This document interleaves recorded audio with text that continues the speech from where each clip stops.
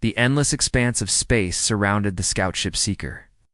Its once pristine hull adorned with the silver-blue insignias of the Valen fleet, now marred by evidence of harrowing escapes. Inside, Captain Gray leaned over the communications console, his slender blue fingers quivering as he scrutinized the data one last time. "Are you sure this is the right move, Captain?" asked First Officer Terrell, her large amber eyes catching the faint emergency lighting of the bridge. "The humans, they were primitive the last time we observed them, centuries ago." Ray didn't look up. "What choice do we have?" The Mord have overrun 3 outer colonies in just the past month. The homeworld will fall in weeks. The Seeker hovered in the shadow of a nearby moon, evading relentless sweeps from moored scout ships. They had jumped to this system, guided by ancient Valen records, which placed it close enough to Earth for a signal, but far enough from Valen space to avoid detection. "The Council has ordered all ships to return for the final defense trail," reminded him softly. Gray finally raised his gaze, his pale face resolute. "And what can one small scout ship contribute against the moored fleet? This way, at least, we try something new." He turned back to the console, pressing his hand to the transmitter pad. After days of meticulous preparation, the ship's computer had translated their plea into basic human languages, including visuals of moored assaults and detailed specifications of their technology. Message encoded and ready. "The computer," announced. Gray exhaled deeply. "Send it." A faint pulse of energy left the ship, carrying with it the desperate hopes of a civilization on the brink. The message was brief. "People of Earth, we need your help. The Mord Collective threatens all free life. Your aid once saved others. Please respond." Trell observed the signal's energy signature fading into the void, its trajectory set for the small blue planet several light-years away. "What do you expect them to send a diplomat, a scientist, one ship?" Gray's shoulders sagged. "Anything. Even their perspective might provide insights our scientists have missed. They couldn't know that humanity had changed in unimaginable ways since the Valen's last observation." Admiral James Wilson stood at the window of Lunar Command, gazing at Earth suspended in the vast darkness. At 62, his hair was fully white, but his posture was as firm as during his first years in the United Defense Fleet. 35 years ago? You're sure about the translation?" he asked without turning. Behind him, Dr. Lisa Park nodded, her focus on the data tablet in her hands. "Admiral, our linguistics AI is 98.7% certain it's an authentic distress signal from a species calling themselves the Valen. They're under attack by an entity referred to as the Mord Collective."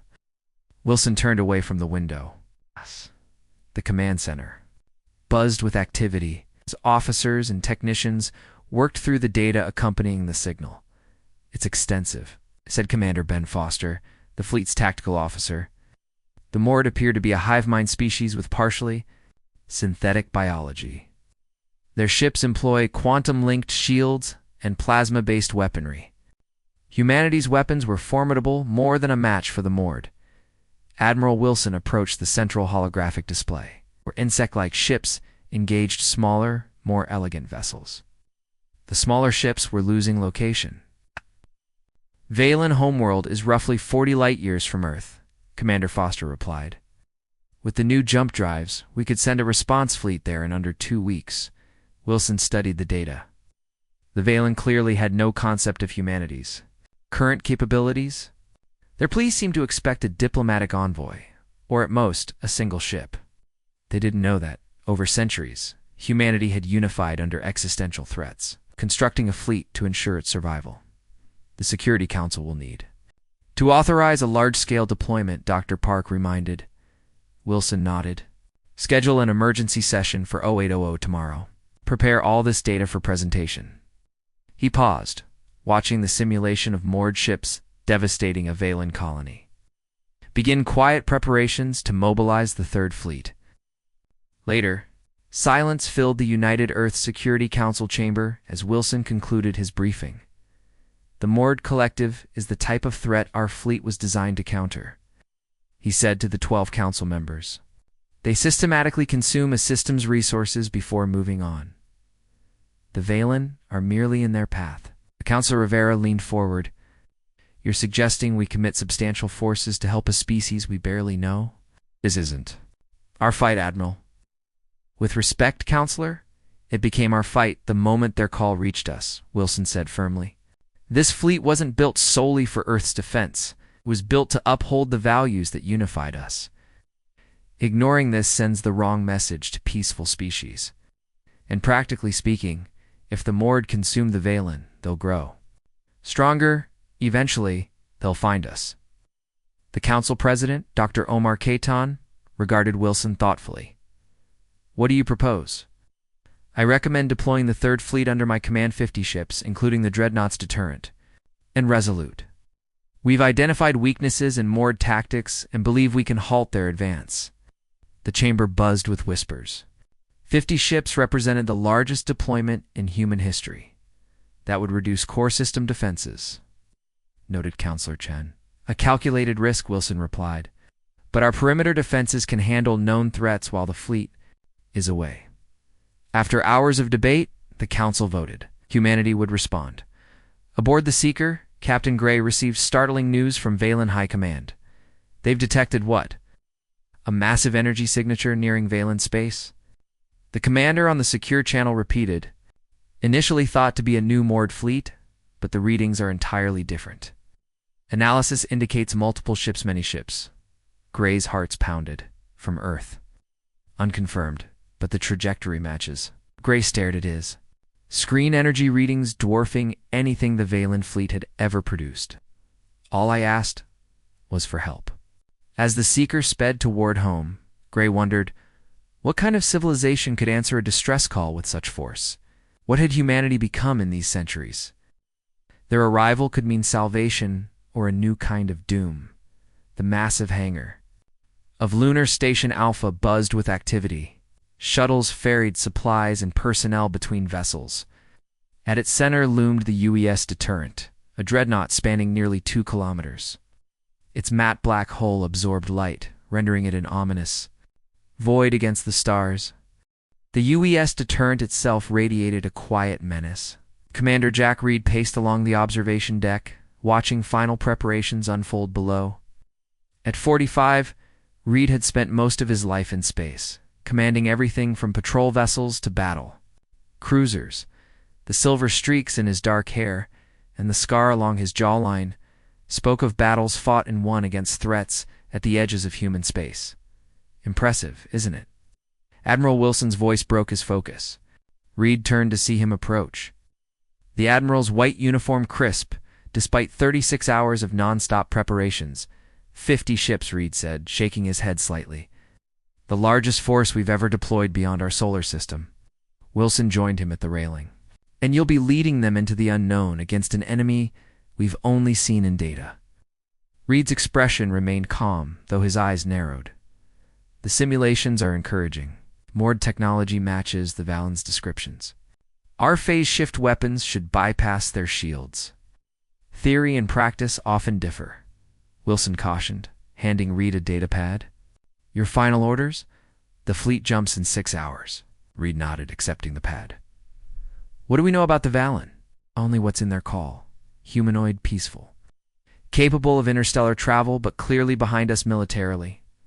Dr. Miller will brief you en route. And if it's a trap? Wilson's expression hardened. Then you show them why humanity has remained undefeated for a century. Dr. Anna Miller darted through the Deterrent's bustling corridors, dodging crew members preparing for the jump. At 36, she was a leading authority on xenobiology and first contact protocols.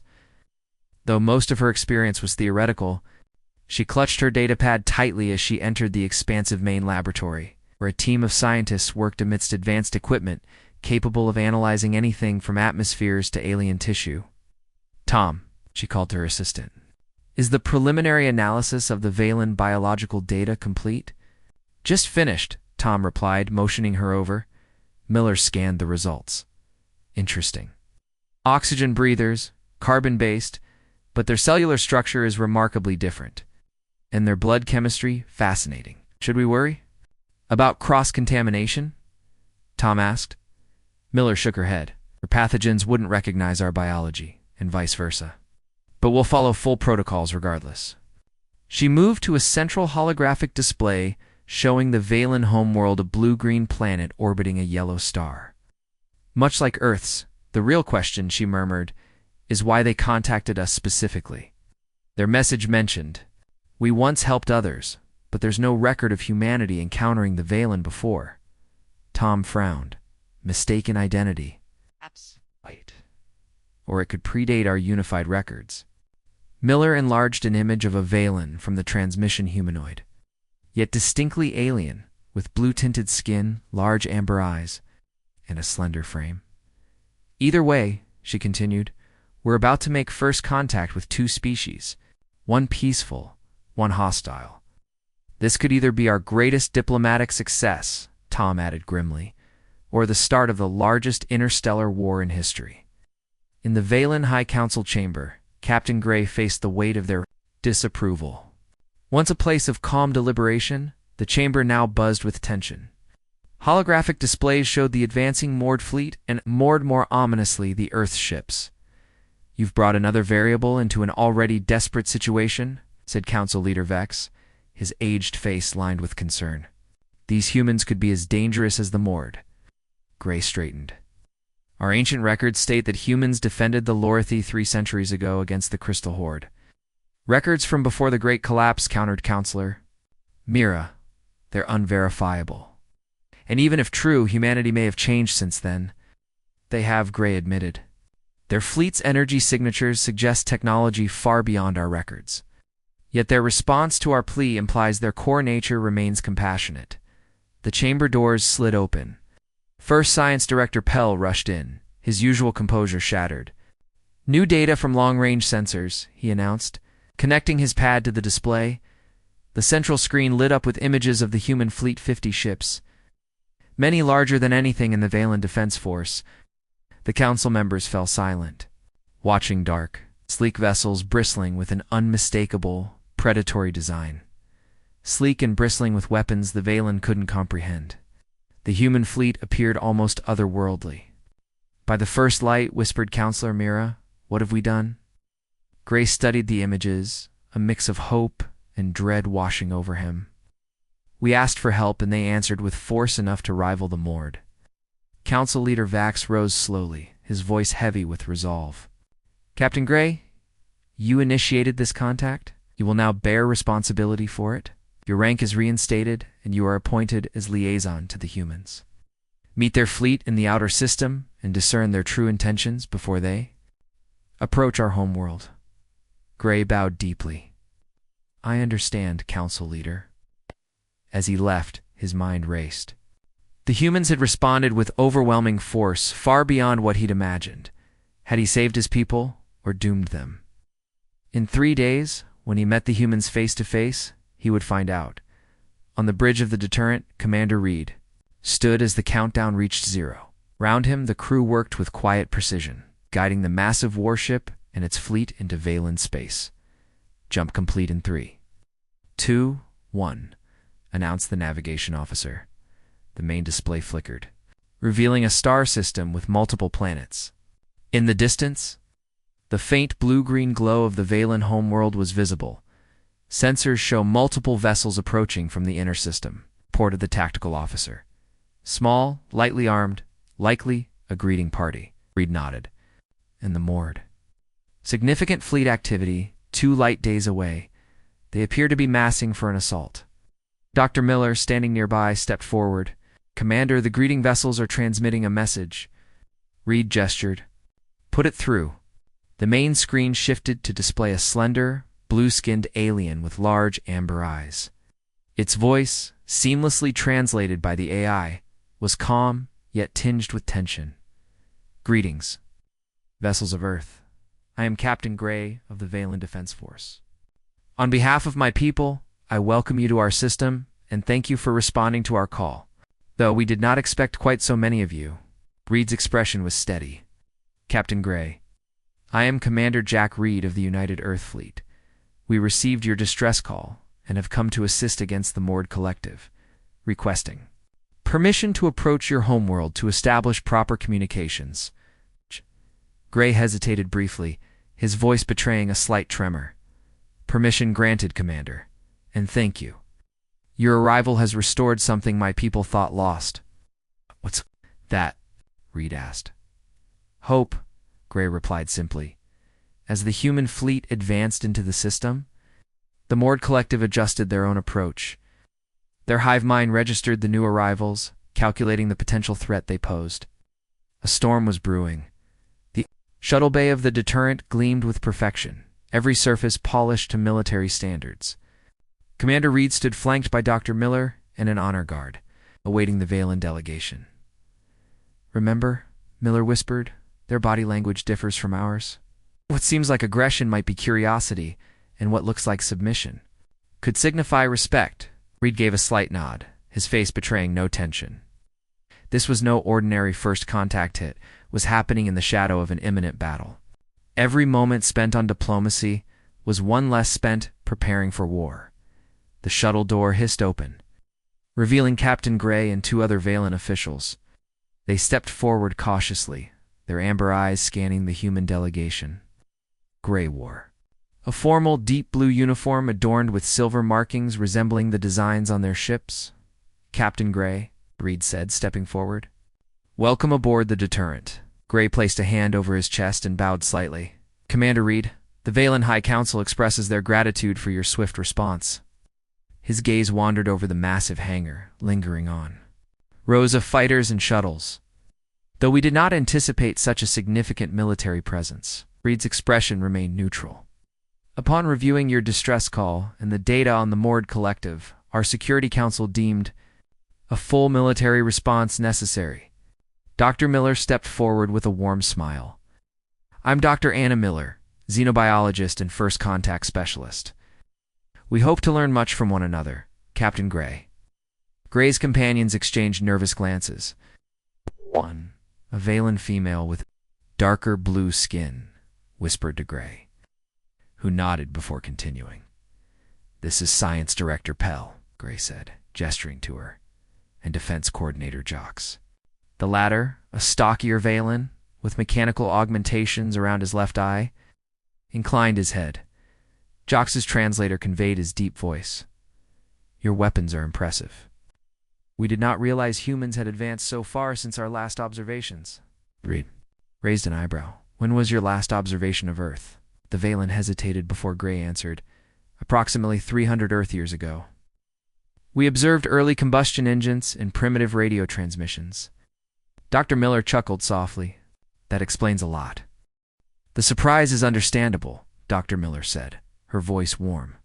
Humanity has evolved considerably since then. Perhaps we should continue this discussion somewhere more comfortable, Reed suggested, motioning toward the exit. We've prepared a conference room, and our chefs have attempted to create food compatible with Valen biology based on the data you provided. As they moved through the corridors of the massive warship, the Valen delegation couldn't conceal their awe.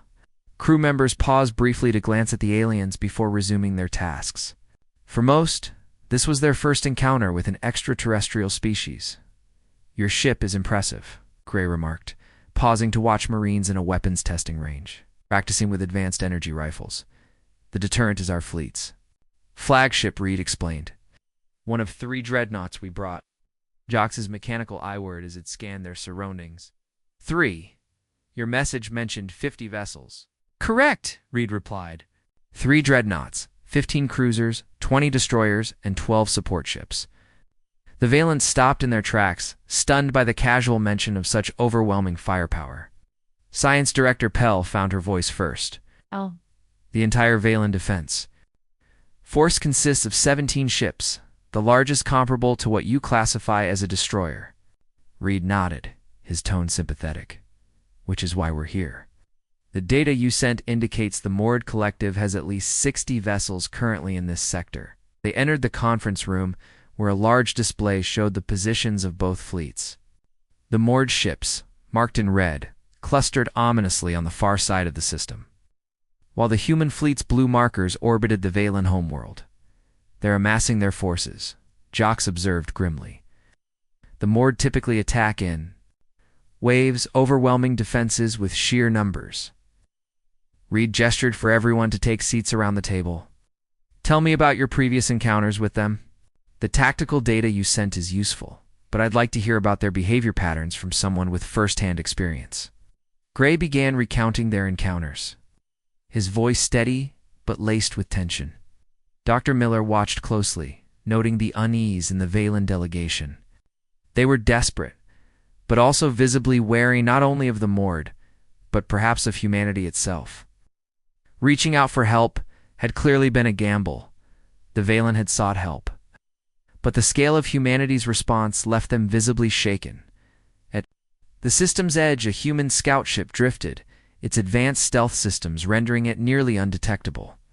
Inside, Lieutenant Maria Diaz monitored her display as 3 moored scout vessels approached. Hold position, she ordered. Let them get closer. The bridge crew remained silent, watching the insect-like moored ships glide into range. Like the elegant Valen craft or angular human vessels, the moored ships were asymmetrical. With jagged protrusions and a chitinous texture, they're scanning the area, reported the sensor officer. No sign they've detected us. Diaz nodded. Weapon status? Phase cannons charged and locked. New targeting algorithms loaded. Fire on my mark. The lead moored vessel drifted directly into the kill zone. Mark, the scout. Ship's phase cannons fired, energy beams cutting through the moored shields as though they weren't there. The lead ship's hull ruptured, venting atmosphere into space before secondary explosions tore it apart. Target 2 and 3. Fire. Before the remaining moored ships could react, the 2 disintegrated into debris. Scout 7 to command, Diaz said over a secure channel. First engagement complete. Phase weapons performed exactly as predicted. Shields offered no resistance. No survivors.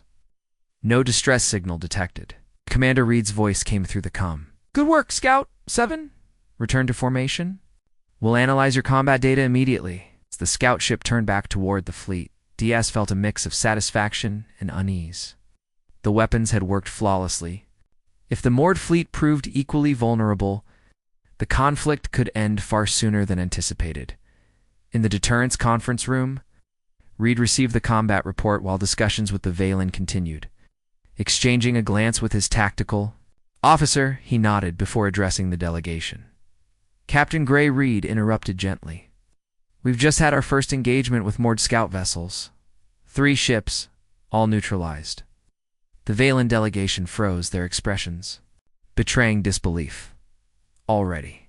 Jocks asked. You engaged them without coordinating with our forces? Reed's face remained calm. Our scout ships were monitoring the system perimeter. When the moored vessels approached, action was taken, and the outcome, Gray asked. Cautiously. Complete neutralization, Reed replied. Our phase shift weapons bypassed their shields entirely, just as our analysts predicted using your data. Silence fell over the room as the implications set in. Science Director Pell spoke first, her voice barely audible. You mean you've already found a way to defeat their primary defense? Dr. Miller nodded.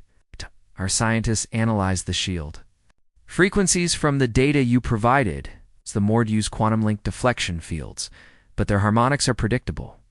Our phase weapons target frequencies their shields can't block. Gray exchanged stunned looks with his fellow Valen before turning back to the humans. We fought them for years and never discovered this weakness. Reed leaned forward. Sometimes it takes a fresh perspective, Captain. Now let's discuss how our forces can coordinate. The Mord will know we're here now, and they'll be coming in force. As tactical planning commenced, the Valen began to realize that humanity hadn't just brought ships and weapons, they'd brought hope. With fresh ideas and innovative strategies, the tide was about to turn in a war the Valen had been losing for far too long. The command center of the deterrent buzzed with controlled urgency. Officers moved seamlessly between stations, their movements efficient and focused. On the main display, red icons representing the moored fleet began shifting formation. They're advancing faster than anticipated, Commander Reed observed, his voice steady despite the implications. They've abandoned their usual approach. Pattern. Beside him, Captain Gray watched the screen, his blue-tinted skin seeming paler under the stark lighting of the human ship. The Mord never deviate from their tactics. They rely on overwhelming force, applied with unchanging precision. Until now, Reed replied. Our destruction of their scout vessels has changed the equation. They see us as a genuine threat. Tactical Officer Vega approached with a datapad. Sir, analysis suggests they're concentrating their largest vessels at the forefront. Looks like they're preparing to punch through our defensive line. Reed studied the shifting icons. Interesting, they're adapting. He turned. Too Gray, your people said the Mord operate with a hive mind? Could this be a coordinated response to a new threat? Before Gray could answer, Dr. Miller entered the command center, slightly winded. Commander, we've completed our analysis of the Mord biological data. Go ahead, Doctor. Miller brought her findings onto a secondary display. The Mord aren't entirely organic.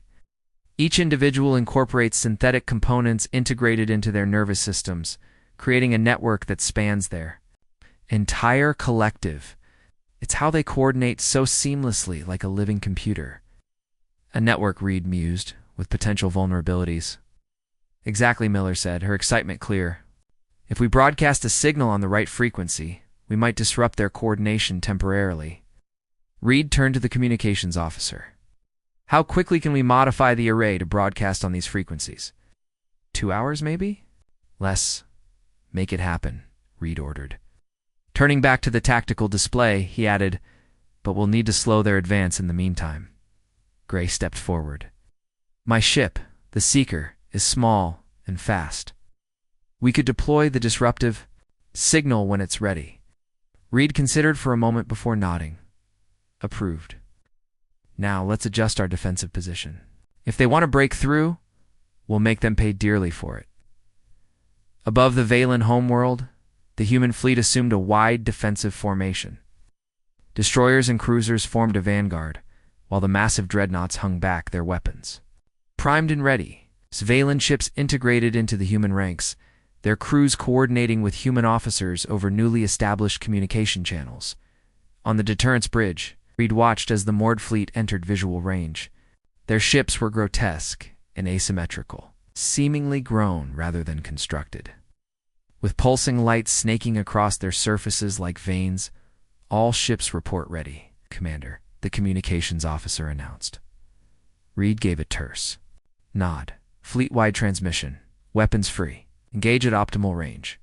The void between the fleets erupted with light as human phase cannons fired their first salvo. Brilliant beams of energy cut through the darkness, bypassing moored shields and tearing into their ships. Several smaller vessels exploded immediately, while larger ones absorbed the damage and pressed forward, returning fire, reported Tactical Officer Vega, the moored weapons. Streams of superheated plasma splashed against human shields in bursts of color. Unlike the Valen defenses, which had crumpled under similar attacks, the human shields held firm.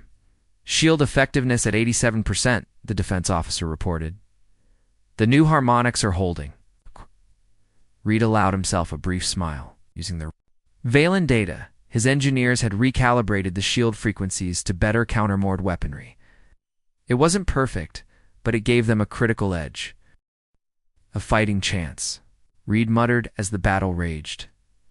Tactical reports the Valen destroyer Windstar is under heavy fire, the officer called out. Their shields are failing. Direct, resolute, and dauntless to provide cover, Reed ordered. On the tactical display, 2 human cruisers broke formation, flanking the struggling Valen vessel. Their point defense systems intercepted incoming moored fire, while their main weapons unleashed salvos at the attacking ships. Gray watched in awe. Your ships move with such precision, yet each captain seems to act independently. Initiative within structure, Reed explained. Every commander knows the overall strategy, but has the freedom to adapt tactically. The battle intensified. Despite mounting losses, the Mord pushed forward with relentless determination, seemingly unfazed by casualties. 3 human destroyers sustained critical damage, their crews evacuating to nearby support vessels. A Valen light cruiser exploded, scattering debris across the battlefield. They're still advancing, Gray said, his voice strained. Our losses are growing. Reed's expression was resolute. Dr. Miller, status on the disruption signal. Miller's voice came through the cum. "Ready, Commander? Captain Gray's ship is in position to broadcast. Execute." Aboard the Seeker, First Officer Trell monitored the human device now integrated into their systems. "Broadcasting. Now, Captain," she reported. At first, nothing seemed to change, but sensors told a different story. Across the moored fleet, ship movements became erratic. Some vessels drifted from formation, others fired at random targets, and a few ceased, firing entirely. "It's working," Tyrell exclaimed. "Their coordination is breaking down." On the deterrent, Reed seized the opportunity. "All ships, concentrate fire on their command vessels. Target the largest ships at the center of their formation." Human fleet responded, instantly focusing their firepower on the colossal moored ships that appeared to direct the smaller craft. Phase cannons pierced their defenses, while conventional weapons hammered damaged sections. One by one, the command ships erupted in fireballs, snuffed out by the vacuum of space. With each destroyed command vessel, their formation collapses. "Further," reported Tactical Officer Vega, his voice tinged with excitement, "multiple ships are withdrawing." Gray stared at the display in disbelief. "I've never seen the moored retreat, not once." Reed watched as the enemy fleet scattered, some ships jumping to hyperspace, others floundering without direction. "They're not defeated," he warned, "just confused. Without their command structure, the hive mind is fractured for now." Dr. Miller studied the sensor readings. "The disruption won't last. They'll adapt to the frequency and restore their network." "Then we press the advantage," Reed said firmly. "All ships pursue and engage. Don't let their larger vessels escape." The human fleet surged forward, breaking their defensive lines to chase the retreating moored ships. The Valen joined the pursuit, their crews emboldened by the prospect of victory. Hours later, the battle ended. The space around the Valen homeworld grew quiet, filled only by drifting debris and the steady movements of rescue ships retrieving survivors. On the deterrent's observation deck, Reed stood with Gray, gazing at the stars. 23 human. "Ships damaged," Reed said quietly. 8 destroyed, though we saved most of the crews. 4 Valen vessels lost. He turned to Gray. "A high price, but your homeworld is safe for now." Gray nodded, his voice filled with solemn gratitude. "My people have never witnessed such sacrifice from outsiders. We expected advice, or perhaps a single ship. Instead, you brought a fleet and spilled human blood for Valen lives." Placing his hand over his chest in a gesture of respect, Gray said, "This is a debt we can never repay." "This isn't over," Reed cautioned, his gaze fixed on the holographic display. "The moored will return, likely with new defenses." "Against our weapons and tactics?" Gray nodded, his confidence steady. "When they do, they'll find humans and Valen standing together." He paused, looking out at the stars beyond the observation deck. "For so long, my people believed. We faced extinction alone. Now we know differently." As damage reports poured in and repair crews worked tirelessly across the fleet, a new message arrived. Admiral Wilson was en route with reinforcements and experimental weaponry designed specifically to target the moored hive consciousness. The tide of the war had shifted, but the true test lay ahead. In the great hall of the Valen High Council, sunlight streamed through crystalline windows, casting rainbow patterns over the gathered crowd. Humans and Valen stood shoulder to shoulder, their unity underscored by the central memorial, a sculpture of interwoven human and Valen, hands reaching toward the stars. 3 weeks had passed since the battle that drove the moored from Valen. Space, in that time, rebuilding efforts, healing, and the forging of alliances had taken root. Admiral Wilson stood before the assembly, his crisp white uniform a stark contrast to the weariness etched into his features. Beside him, Council Leader Vax leaned slightly on his ceremonial staff. "Today, we honor those who gave their lives to defend this world," Wilson began, his voice resonating through the hall. "Human and Valen alike fought as one against a common enemy. Their sacrifice has granted us something invaluable: time." The crowd stood silent, respectful. Among them were members of both fleets. many still bearing visible scars from the battle. The Mord Collective has retreated, but they haven't surrendered, Wilson continued. Intelligence suggests they're regrouping, adapting. They return and they will return. They'll be prepared for the tactics that defeated them before. Council leader Vex stepped forward, which is why today isn't only about remembrance but about the future. Our scientists are already collaborating with human experts to develop new defenses. The Mord won't anticipate what we have in store. Near the front of the crowd, Captain Gray stood with quiet pride. Beside him was Commander Reed, still healing from injuries sustained in the final moments of the battle. Gray leaned toward him. When I sent that message to Earth, I expected a single diplomat, or perhaps a small science vessel. Reed managed a faint smile.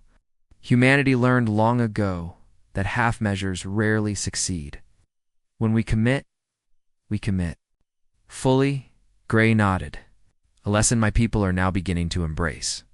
For too long, we hoped the Mord might simply pass us by. That hope nearly cost us everything.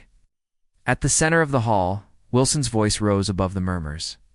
Today, I propose a formal alliance between our peoples, not just a military pact, but a partnership, one built on shared knowledge, resources, and a common vision for the future.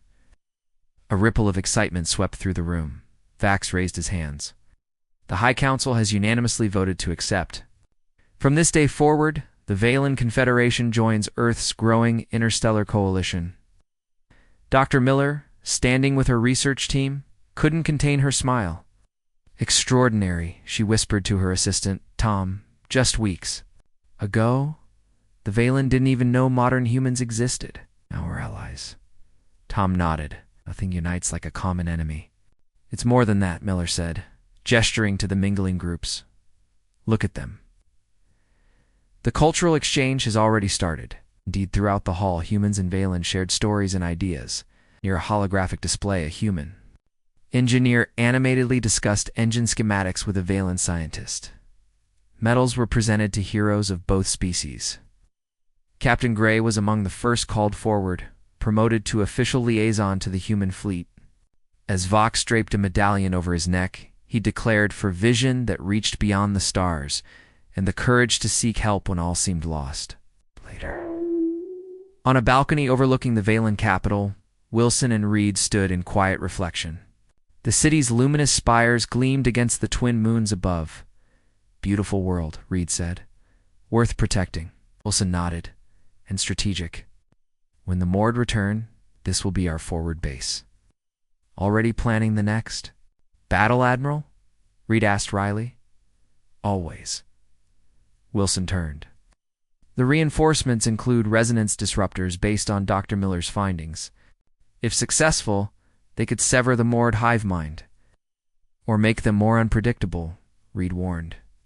It's a risk we'll take. Captain Gray and Dr. Miller approached, interrupting their conversation. Admiral Commander Gray greeted, his tone formal but warm. We've intercepted signals from nearby systems, distress calls similar to ours, not Mord, Reed asked, instantly alert. No, Gray replied. Other species. You've heard what happened here. Wilson raised an eyebrow. Word travels fast. The Mord's conquests have spanned decades, Gray explained. Many civilizations lie in their path. But now, after what happened here, hope spreads. They've learned that humanity answers calls for help, Miller added. Wilson looked out at the night sky, each star a potential harbor for life and for struggle. Then we have work to do. Reed, prepare a report. We'll need more ships, more personnel. The Mord won't expect us to expand outward, Reed noted. Exactly. Wilson turned to Gray. Would the Valen send representatives? No. Allies might respond better to a diverse delegation. Gray placed his hand over his chest. We would be honored. Called for help and received it. Now we'll do the same for others.